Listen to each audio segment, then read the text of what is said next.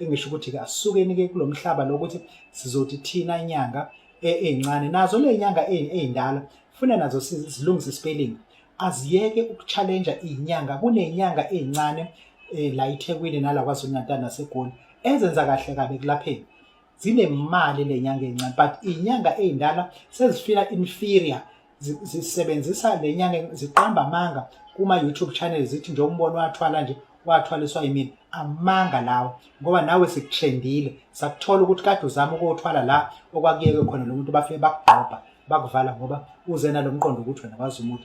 And iy'nyanga lezi ey'ndala azisuke nje kulo mhlaba ukuthi inyanga encane if ikhuphuka jabula kakhulu, ngoba nami nginazi iy'nyanga ey'ncane ey'khuphukayo, ngiyi-mentorisha, ngijabule ukuthi uyakhuphuka, ngimfundise ukuthi umukhuphuka kanje enzanje, umukhuphuka kanje enzanje. And then abasuke-ke ozakwethu laba esesikhulile nabo esizorithana nabo, laba abafikayo ngempela ekulapheni, asiyeke lento ukuthi sizobagxeka, sibabize ngamagama, sithi bawukuthi abawazi umuthi, thina sazi umuthi, thina sibuye endaweni yokuthi iclient lethu alisizakali. Isiguli asisizakala ukuthi wena ugxeka inyanga ewu-FMG, inyanga ewumfundisi usibanibani, inyanga ewu-Dr. Sibanibani. Leyo nto ayisebenzi, ayizusiza muntu.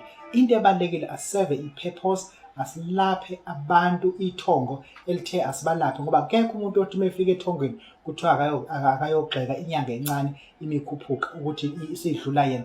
Virtually inyanga encane zenza kahle, asingangaba